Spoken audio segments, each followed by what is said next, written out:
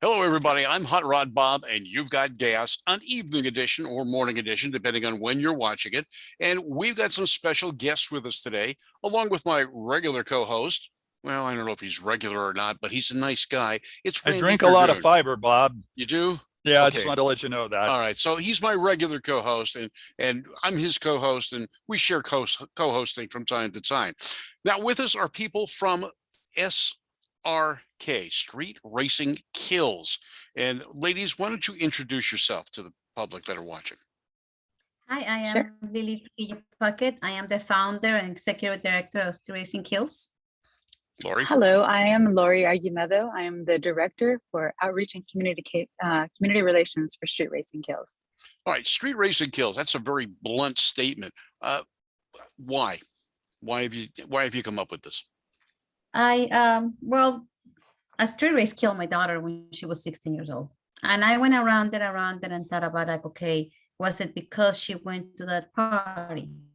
Was it because she got in that car and she fell asleep in the back seat? And the boy that was taking her and her girlfriend's home, so an ex-coworker, they challenged each other to a street race. And of course he crashed. She was going over 100, killing my daughter. She was the only one that passed away. And I thought about it and I said, if he didn't street race, no matter what they did, she wouldn't have died. And I ended up calling it just as it is, Street Racing Kills. Was anyone else injured in that collision? Yeah, everybody was injured, but no, the other three didn't pass away. The driver didn't pass away. The other two girls didn't pass away. Only my daughter, Valentina. What were the consequences for the driver legally? He was a week shy of 18, 17, and he got charged as a minor. And he got a year, but he got out at 7 months for good behavior. Okay. So I think that's what everything that happened pushed me more into doing more, and to helping others, and to going to the schools, and to just keep going. I didn't plan it. They just asked me to go speak in one school. I said I liked it. I sold the kids, getting touched by what I said, more than knew about street racing, that you can think of as a question that in 2014 was not asked. Everything was about driving under the influence, distracted driving. Nobody asked about street racing. And I started doing that. And then I found a way of keeping her with me, selfishly keeping her with me. And I was really happy that the first time and the second time I had pictures. The third time I had a slide. The fourth time I had a logo, which was like this logo, but there was another logo. And it just kept rolling from there. Lori, what brought you into this? My niece was killed on May 11th, 2019 by a young man that was street racing. It's kind of ironic that we're doing this today, because I just received a notification that the young man that took her life is going to be getting out of jail on the 23rd of this month. So he was given a 7-year prison sentence. It was vehicular manslaughter, felony hit and run, and bodily injury to a passenger. So what happened was it was the day before Mother's Day. My niece and her little brother were in the car, and they decided to surprise their mom, and they were going to go to their mom's house. They were supposed to actually go on Mother's Day, which was the 12th, but they decided to go on the 11th. So they were on their way to pick up her little girl. She had a 6-year-old at the time. And so as they were driving, 2 young men decided to race down this residential street. They were going almost 100 miles per hour down this residential street. They blew through the stop sign. My niece was coming, and they hit her on her side of the car, and her seat, she was completely crushed. Every bone in her body was broken. My nephew was left in critical condition. She died there at the scene, and it was just tragic. Everything that we went through was tragic. Just something that you would feel like you're in a nightmare and that you never wake up from.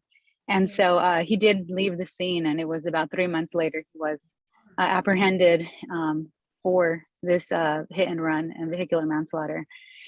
And so I didn't know what to do. I was really angry, and I didn't know who to be upset, with. I just was so mad. And I met Lili actually at a town hall meeting as I spoke my mind about keeping our streets safe and putting speed bumps and, just doing something about the street racing, because the community had been complaining about people racing and doing donuts at that intersection where she was killed. And so be it, about 60 crashes had occurred at that same incident, within the last year. And nobody had been killed. She was the first person that was killed, but it took somebody dying for them to actually notice that there was a problem. And it was very sad. And I didn't want her death to be in vain. And, I promised, when we laid her to rest, I made a promise to her that I was going to keep her memory alive, and I was going to make sure that her death was not in vain. And so that's what I'm doing. I'm keeping my promise to her and her little girl. So Layla is 6.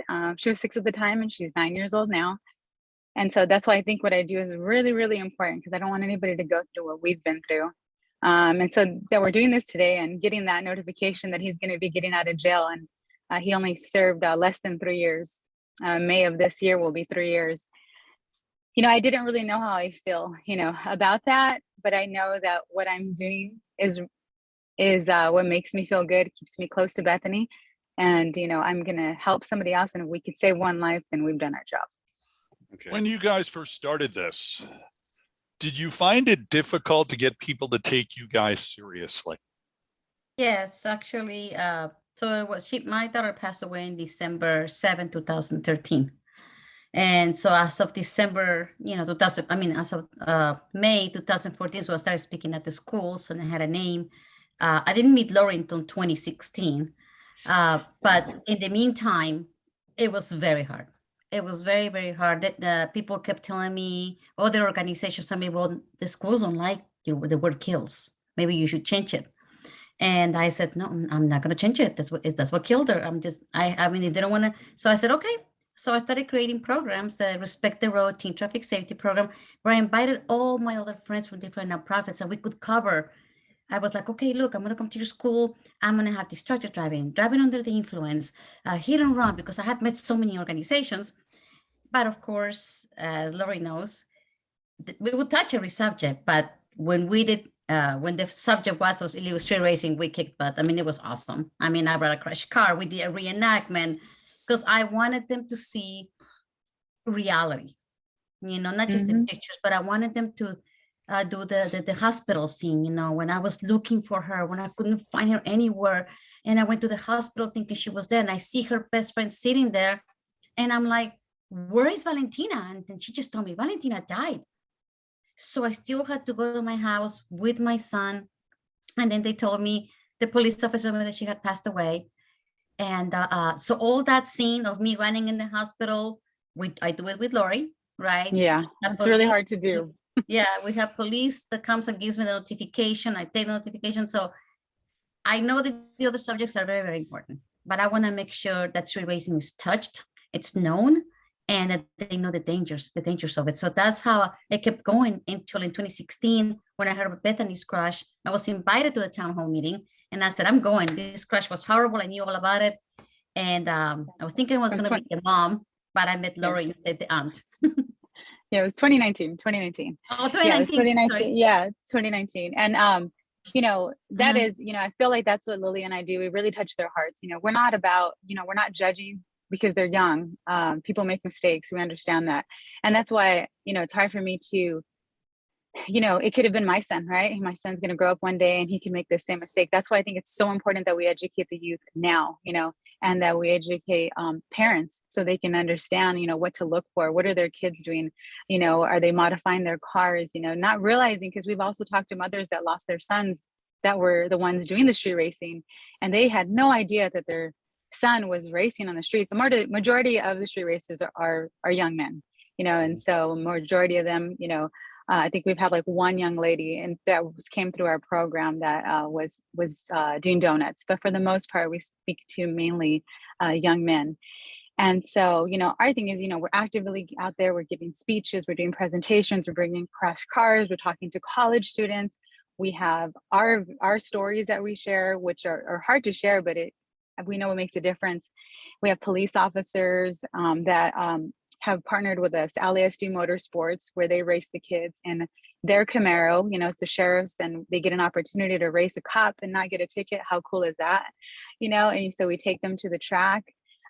we have different programs. One of our programs is called a Teen Traffic Safety Assembly. So we go to the high schools, we bring a crash car, we bring LSD Motorsports with their Camaro so they can see what it looks like, what a race car looks like, right? How Yeah, the safety and a crash features car. of it. Mhm. Yeah, and a crash car. And then we speak to them, right? And we just tell them our stories. They have an opportunity to talk to us after, to talk to CHP, to talk to LSD Motorsports. We also have a Go Beyond driving school because unfortunately the driving schools are no longer in high school. So they don't have this No opportunity. driver's ed anymore. Yeah, no driver's ed. So we have a program where we go and we do like a driver's ed, and we try to get the high schools to collaborate with us to do that. Then we do a Zoom. With the pandemic, the numbers have definitely skyrocketed when it comes to street racing, expedition of speed, sideshows, takeovers, whatever you want to call them, doing donuts in the streets. So the numbers skyrocket, and that's really how Lili and I, just the organization, we have been all over the place because AAA has partnered with us, and they wanted to do their part to see what they can do to help the community because they saw these spikes and they were like, who can we partner with? And Lili had been trying for years to Yeah, I've work been, with I AAA. think, knocking on doors, I wanted AAA because I saw that they didn't talk about street racing in their magazine. It was all about everything else but street racing.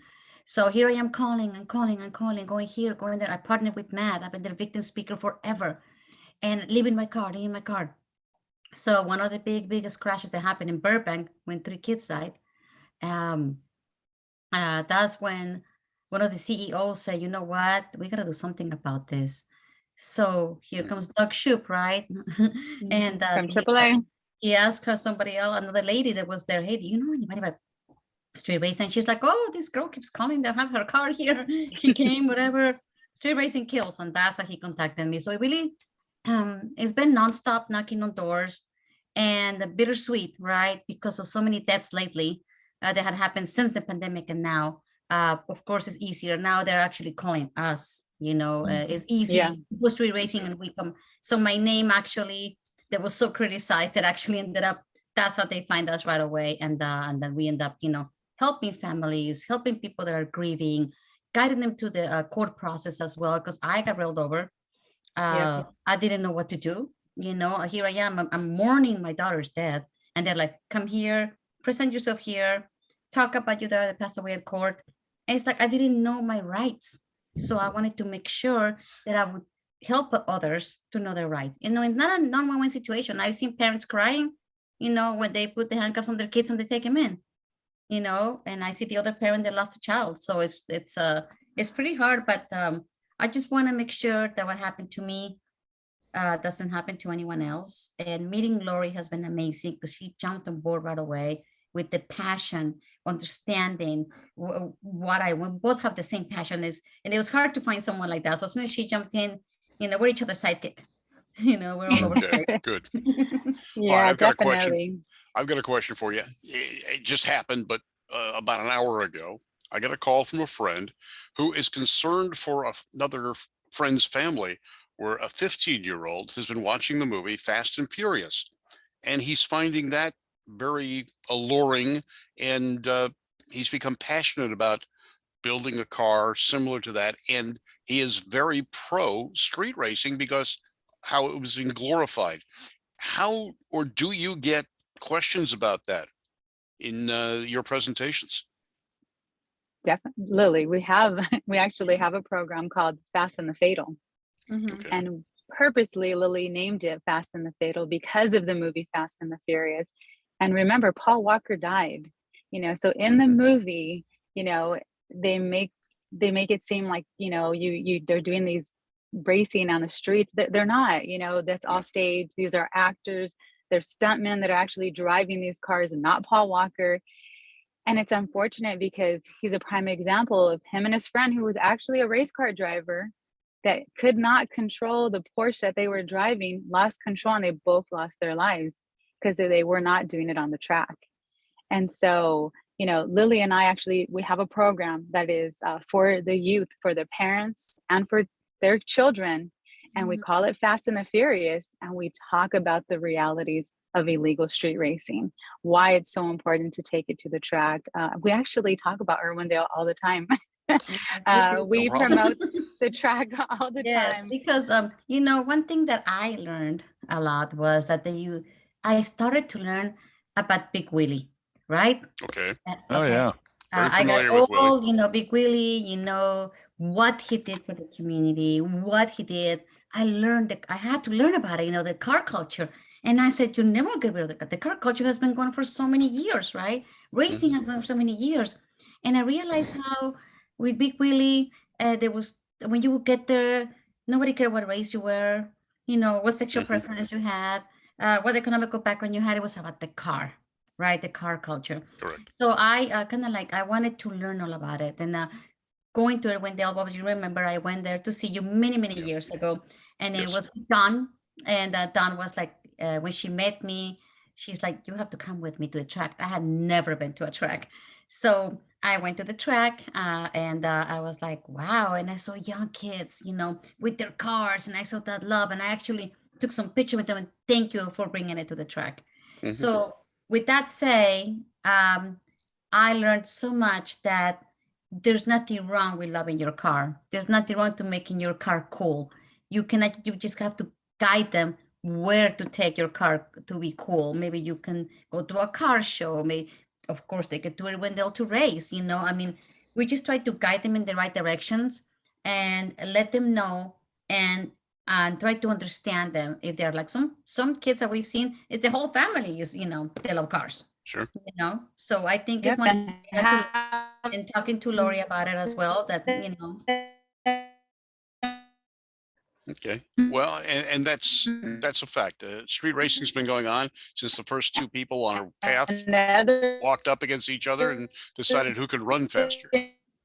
Yeah, and also there's a couple of shows on TV now. You know, if you ever watch Street Outlaws on Motor Trend or anything like that, they basically, it's perceived that these people are racing on city streets, which in a sense they are, but they're all road blocked off.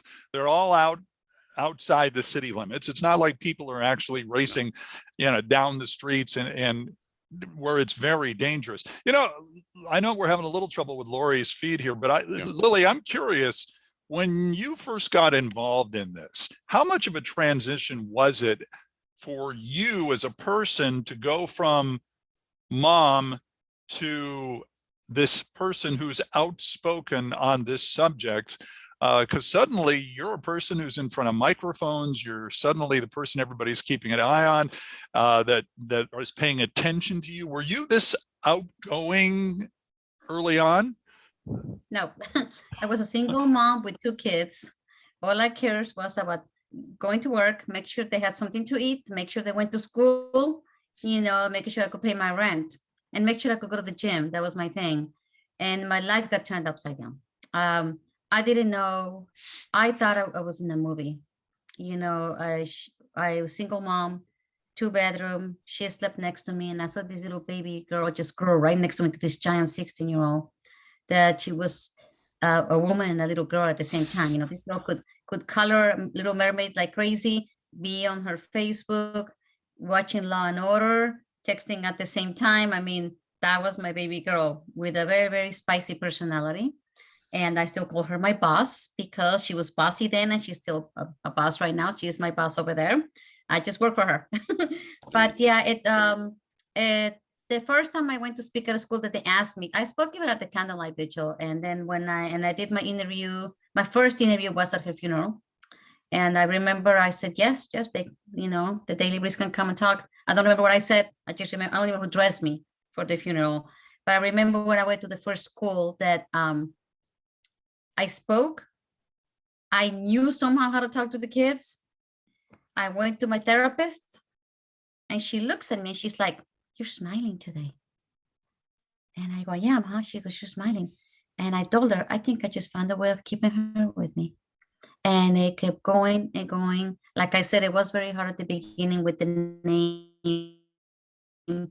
But it just kept going and going. And all of a sudden, because more, and I knew it, to be honest with you, I knew that, and I told so many times at city councils, you know, go there and stand there and tell them, we need signs, we need education, we need to do this. And I told them, how many people have to die for you guys to do something about it. Like the drunk driving. How many people? And the more people died, the more my organization kept growing. Unfortunately, it's really, really sad, but yeah. Right. There's another group that's doing something similar. It's a group called Brakes. And Yes. I don't know what the acronym exactly stands for, but Doug Herbert, a past NHRA and AHRA top fuel champion, lost both his sons to a situation where they were driving at a high rate of speed. I won't say street racing because we don't know, but it was at a high rate of speed enough that the vehicle was destroyed and both boys were killed in the accident. So he's doing something similar to what you're doing. He's actually running a driver's training program. And Yes, I've heard about them. and so I'm glad to see what you're doing. Now, you talked about Big Willie. For those people who may not be aware of him, he was a prime mover back beginning in the mid 60s on street racing, exactly what you're trying to stop. But what he was a humanitarian to an extent, in that he brought people of different races together. He eventually got his wish and got a legitimate drag strip. It brought people together. It got them off the street. He became a proponent for track racing, not street racing. And the name of the club changed from LA County Street Racers to the Brotherhood of Street Racers. We have a lot of those people coming out to Irwindale and doing legitimate racing. NHRA points racing, the Summit Series. They come out on Thursday nights for Test and Tune. They race within the guidelines and the safety. And that's one of the things that the kids today, I think, are missing, is they're looking at Fast and Furious and thinking people can walk away from a crash as they show on TV. And as you indicated, people aren't realizing that these aren't real. These are staged crashes that have limitations. And there are safety devices in those vehicles that you don't see. So the fictitious crash is being glorified, and people are not seeing the facts and the truth. And I think an organization like yours bringing it out is very important. Thank you. I made it back. Hey, You're guys. back. Welcome back, Yes, Lori. Welcome I back, am Lori. back. I'm We back. knew you could do it. Actually, that you say that, that's why, as hard as it is, we have a program. It's called the Reckless Driving Intervention Program. And we actually went out to the track on Thursday when we met you. And we had 2 individuals that have went through our program that came out to the track to check it out. And so the reason for this program, these individuals have already been charged with either with a misdemeanor or even a felony. They have already been convicted for reckless driving, whether it be street racing, expedition of speed, doing donuts, or even just being a spectator at a sideshow. And so they go through our program, and one of the things that we do is I read Bethany's, autopsy report. I talk about what happened. I talk about going to the coroner's office and having to identify her body. We talk about what happens. You see these memorials, but you don't know the story behind these memorials. You see these flowers, you see this, it looks beautiful, and you keep on driving. But there's a story behind every single one of these memorials. And the consequences, you need to see the full consequences. Not only are you probably going to serve some jail time, but you also ruined a family's life. You have a little girl like Layla growing up without her mother. She's 6. It's not fair to her. I had to do my niece's makeup for her funeral. Like, we were talking about weddings, and instead of doing her makeup for her wedding, I'm doing it for her funeral. Like, they're just things that we shouldn't have to do. Lili should not be burying her child. Like, it's just unnatural for a parent to bury your child. So we bring these things up and we make it a reality, so they really understand, like, it's not the consequences of just getting arrested, a ticket, fines. You're taking away somebody's life, and your life will never be the same. I'm pretty sure the young man that killed Bethany will never be the same. And Lily's had said the same thing, even though the young man that took her daughter's life, only served 7 months. She said he's not the same person. He came out a different person. A lot of anger. All right. So if someone wants to get in touch with your organization. Yes, and that's what I talk about help. that, how different he came out. Okay. How he's not the same. If someone wants to get in touch with your organization, to have you speak, to have you make your presentation, to get the word out, how would they do that? they go to Oh, go ahead, Lily. I'd like It's to okay. take this one. Yeah, we have streetracingkills.org, and they can see all our programs, and they can email us, and the phone number for our nonprofit is there as well. You can see everything that we're doing, and they can check a lot of videos, a lot of everything. By the way, Bob, thank you for taking the pledge. I got it today. We Yeah. have a pledge that you promise not to race or do any reckless driving. We do a lot of things. So yeah, if they want to get in touch with us, definitely go to streetracingkills.org. We'll be right away be happy to talk to you in whatever capacity that you need us for. We'll be there for you. We love what we're doing. That's what we have our bosses from heaven, Bethany and Valentina, that has us working 24/7. And the funny thing about this is that we love it. It could be 1, 2 in the morning, we can be late. We have to fly here. We have to fly there. We went in Texas at 5 o'clock in the morning shooting, we didn't care, because it's the love that we have in our hearts what moves this organization. All right. So one thing to bring out to people, this is not just a Southern California based situation. This happens No. all over the country.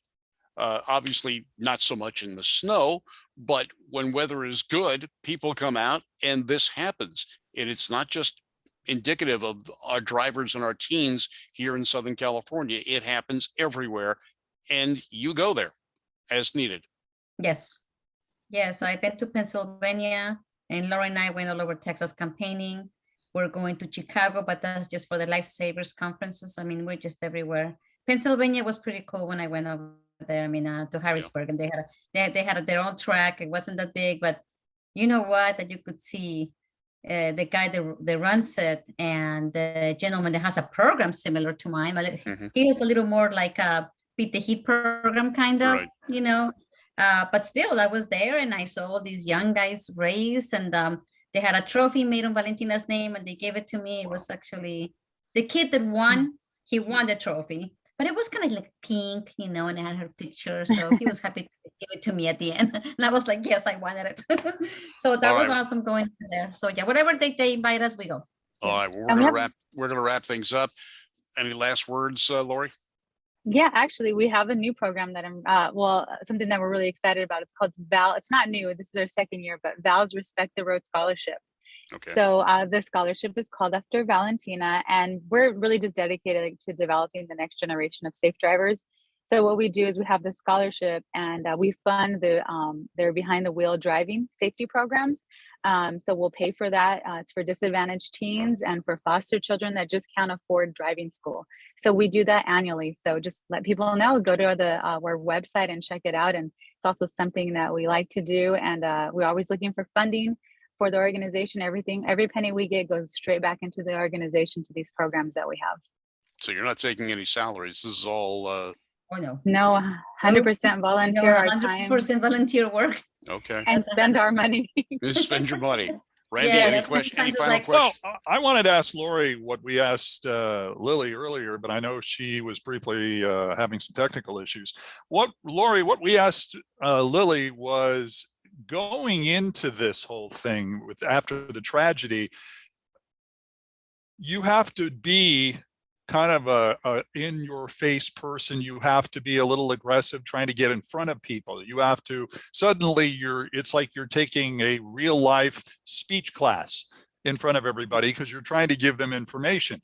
I asked Lily the same thing. I said, so were you the kind of person that was kind of an outgoing type of person beforehand, or did you have to kind of rise to the occasion to do what you're doing right now?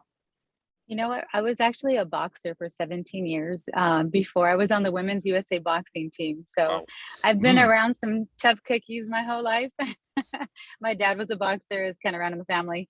So, I have no problem. I had no problems with speaking to people. I've always had to, get up and prove myself. And so when Lily said, I told her, we're going to make a difference. I'm like, let's do this. What do we need to do, girl? I got you. All right. Fantastic. Good. Ladies, thank you natural. very much. We appreciate you being with us here on GAAS, the Great American Auto Scene. And we'll help you whatever we can. Bring people out to Irwindale. Irwindale's their place to race. It's the safe place to race. Come on out. I will give them tours through the tower if I can. If you bring people in, Yes. I will speak to them. And I'm a car guy. We have all involved at one point in time with a light to light competition, so to speak. I can talk from experience as well. Not the negative though, other than Randy and I lost a friend a year ago Christmas. Yeah. Over a street race. And he And your wasn't even presence? in the street. No, he was off on the side. He was photographing. Yeah, And he was photographer. hit by two cars. The drivers left the cars and That took was off. Dano. Yeah. Yeah, Dano. We've all been touched by it one way, shape, or form. If you think about it, it's happened. All right, GAAS, the Great American Auto Scene. Thank you for joining us. And remember, you've got gas. Have a good evening, everybody.